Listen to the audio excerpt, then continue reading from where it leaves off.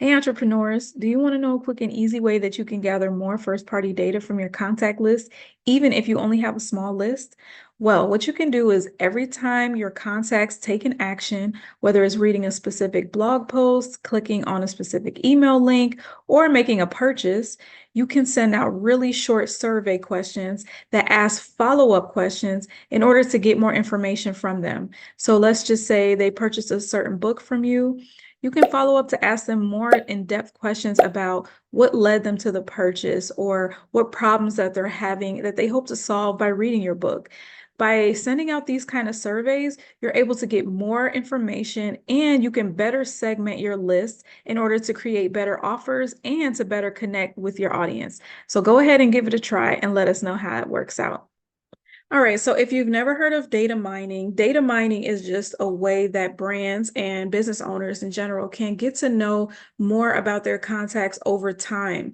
So instead of you creating a very lengthy opt-in form that everyone who wants to join your list has to complete in order to get on your list, you would basically just break that down and send them shorter forms over time, based on either it could just be based on time they've been on your list. It can be based on different activities, like maybe after they complete a purchase or things like that. So you would just be sending them short forms, asking them questions in order to get to know them. And what that does basically is it helps you to gather more information so that when you do email them or when you do create offers or when you start a campaign or anything like that, you have as much detail as possible, right?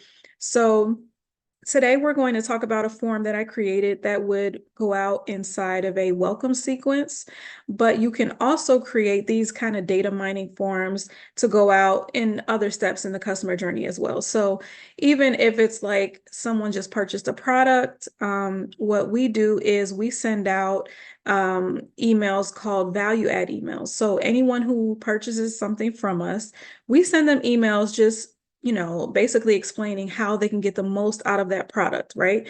But a part of that, you could add a form. So it could just be a short form.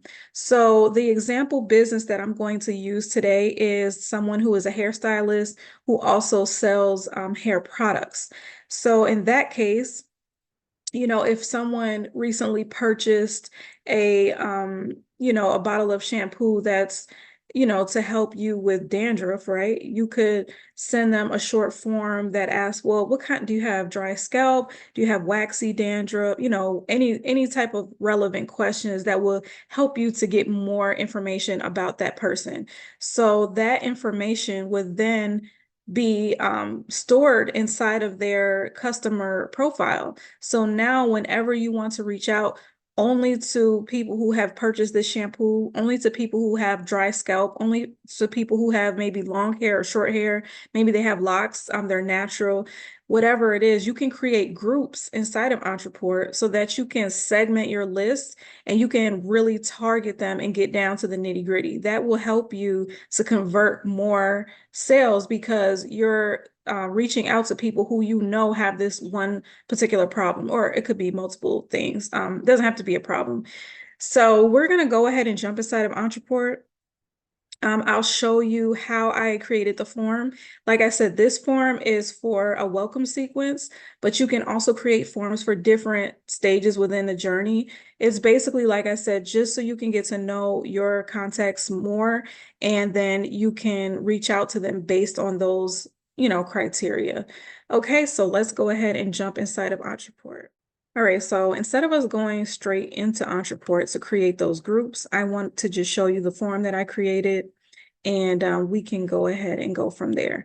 So like I said, this is a very simple form that I would imagine a hairstylist who sells hair products would send to their list shortly after them opting in. So this is kind of basic information, right? So asking them, mind you, please keep in mind that I am not a hairstylist. Please do not email us talking about my little questions. I just wanted to give you a specific use case because I think it can, get your wheels turning about how you can use this process in your business. So, of course, even if you don't have a salon or you're not a hairstylist, you can kind of look at this use case and think about different ways that you can do this in your business. Okay. So again, this is some pretty basic information that we're trying to get from them. And keep in mind that you can see I only asked them 4 questions. So I am not trying to overwhelm them. I'm not trying to, get all the information I can. We're going to get this information slowly but surely over time, okay, based on different actions and things like that. And this is so what I mean by sending this out to people on your list who are recently joined, I mean within your welcome sequence. So we've talked about, different email sequences before, but whenever someone opts into your list, you should definitely have a welcome sequence. And one of those emails inside of that sequence should have a link, or can have a link. I'm not going to say should. If you like this idea, you can add a link to a form like this just to get a little bit more information, right? Because when people opt in, most of the time, they just give you their first name, last name, email, maybe phone number, okay? But this is going to help you get more information about them. And the more information you have, the more personalized your communications can be. Okay, so like I said, this first question is, are you natural? So I just put a few selections. I'll just go ahead and say yes. And mind you, okay, so another thing I want to say is you will notice that there is no name field. There's no email or anything like that. So that is because we emailed our contact this form.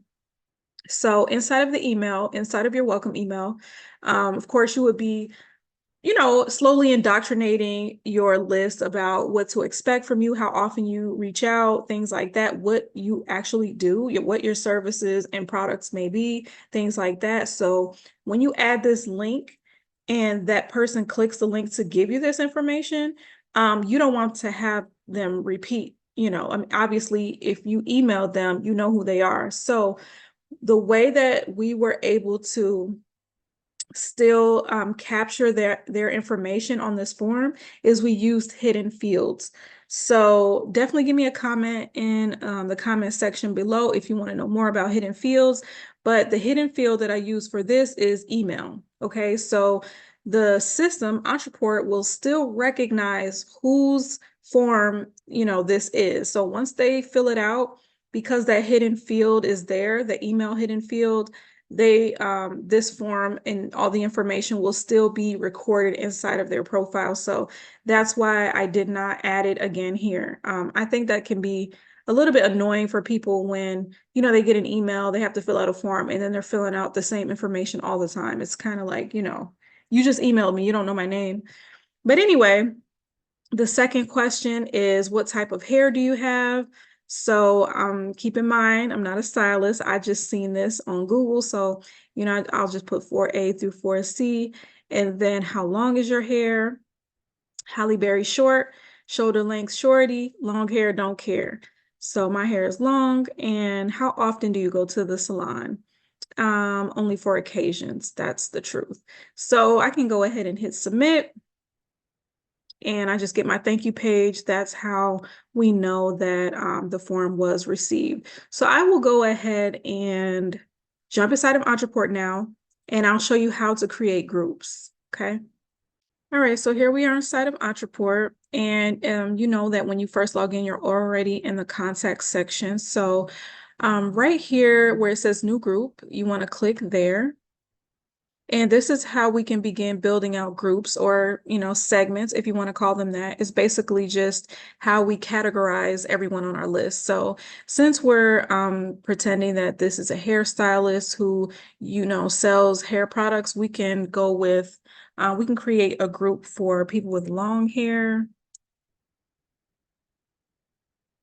And I'm just giving this group a name. So you would give it a name first, and then you would go ahead and select the field that you want to base this group on. So if I click here, I believe I put how long is your hair? Okay, yes. And so we can do equal to long hair, don't care. Okay. Now we can also add a condition here. So let's just say We want to also create a group for people who have long hair and maybe let's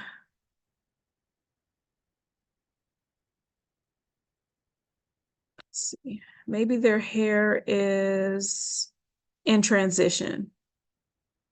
Okay, so they want to go natural, but their hair does still have some chemicals, some process on the hair. So we can also add another condition. And keep in mind, you can add as many as you need to, but let's just add one more. I think 3 is a good number. So we'll add another condition. So this one will be that their biggest hair challenge is equal to repair damage. They need to repair damage, okay? So if we save this, oh, let me delete this last field. I don't know why that's there. Okay, so now we have 3 criteria that would allow them to go into our long hair group. I'm going to also put long damaged hair group, okay? So I'm going to go ahead and save that. And we can create another group. So I'm going to, as you can see, the contacts are now being filtered by this long damaged hair group, but I'm going to X that out. And then I'm going to click to create a new group. Okay. And so this is going to be short hair.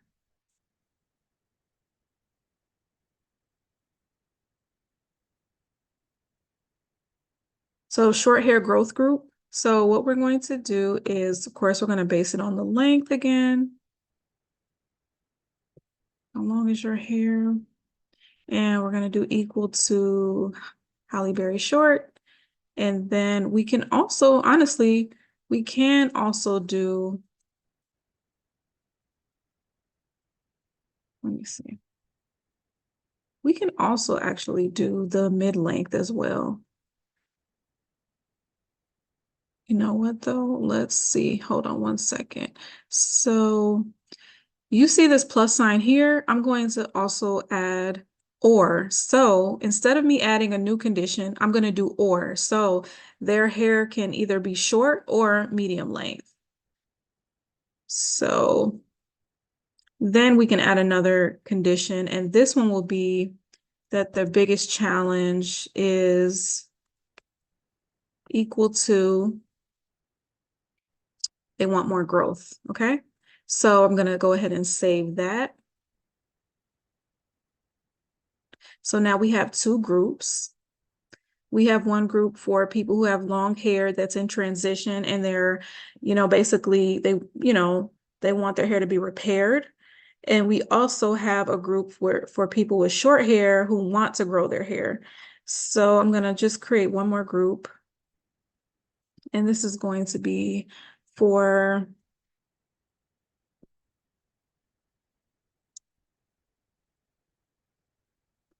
people with natural hair and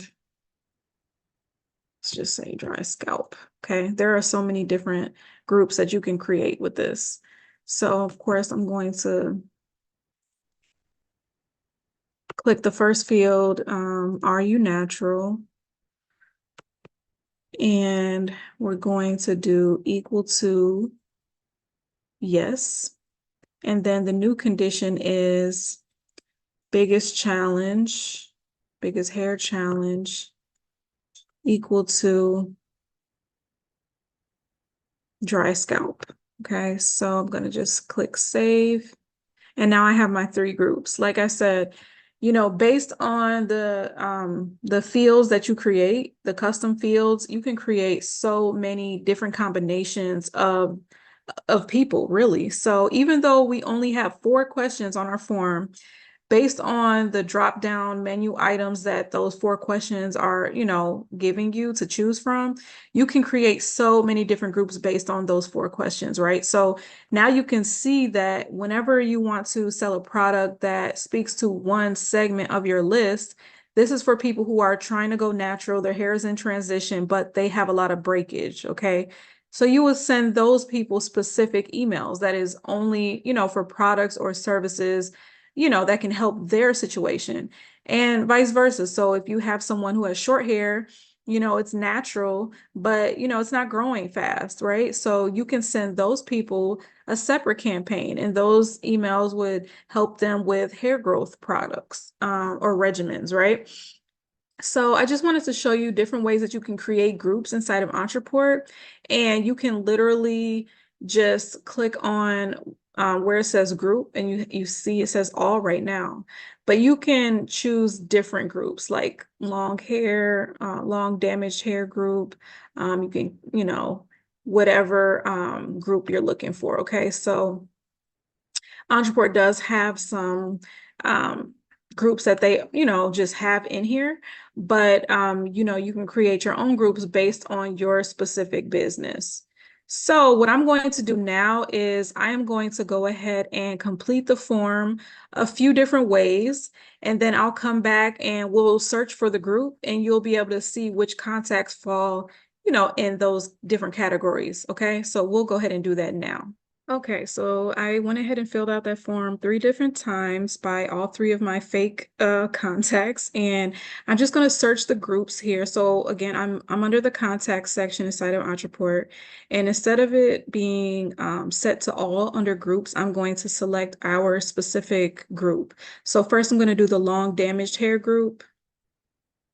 As you can see, my one test contact who I filled out the form accordingly, she shows up here. I'm going to go to the natural hair dry scalp group. And there's my other fake contact. And now I'm going to go to our last group, which was short hair who needs growth. All right, and there's my third contact. Okay, so I just wanted to show you that you can create groups for every different segment that you want to reach out to based on your products and services. So if I'm a hairstylist and I have some kind of hair mask that helps people with short natural hair grow their hair faster, I would reach out to that group and I would send them those emails to promote that item, right? So another thing is if you have, maybe you have a sale going on and you're helping people who are transitioning from processed to natural hair, right? To get, maybe 10% off of a haircut. So I could reach out to my long hair people with, damaged hair who is trying to transition. I could reach out to them with those sales emails to come in, get your hair cut, we'll hook you up for 10% off, right? So just kind of think about what ways that you can segment your list and create groups so that you can really send personalized emails that for a fact are, going to resonate with that group of people. Now, one thing I do want to say is you probably want to reset these at least every year, right? Because just because I have short hair that, needs to grow now, I might not be in the same position next year. So depending on what your business is, what custom fields you're creating, how likely these things are to change, then you would consider how often to kind of like reset these or just send out another form, So, hey, I know last year we talked about you wanting to grow your hair. And I noticed also that you tried my hair mask. Are you still, trying to get more growth, or have you reached, the goal length that you want for your hair? Just kind of checking the temperature on that and making sure that your data stays accurate, because you don't want to be sending people things that they no longer need. Another option would be obviously to have an opt-out so that at the end of the email, if it's an email for only people with natural hair and dry scalp, obviously they can manage their subscriptions and then they can opt out of certain, lists. Okay, so that's another option. But this, I hope you guys found this useful, and I hope that, you're imagining different ways you can use this, because honestly, it can go really, really far. You can send out campaigns and you can segment people based on landing pages. So like if someone goes to read, a blog on my page all about getting rid of dandruff, or if they go and read a blog about, how to maintain their style in between salon visits, things like that, right? Those are segments. So you know that this person goes to the hair salon a lot, right? So you can make sure that they're always getting coupons or getting, you know what I mean? Like information about luxury services or, things like that, whatever you have, any color specials, haircut specials, anything like that.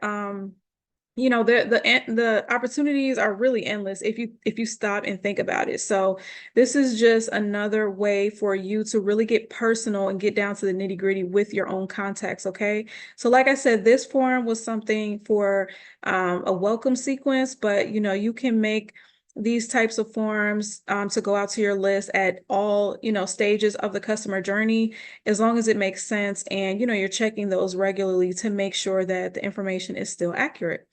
Okay, so again, let me know in the comments if you want me to go into more detail about anything we talked about, especially those hidden fields, because I know that's something that I haven't mentioned in the past. But let me know, and I will be sure to check in and tap in with you guys. Okay, thank you so much for watching.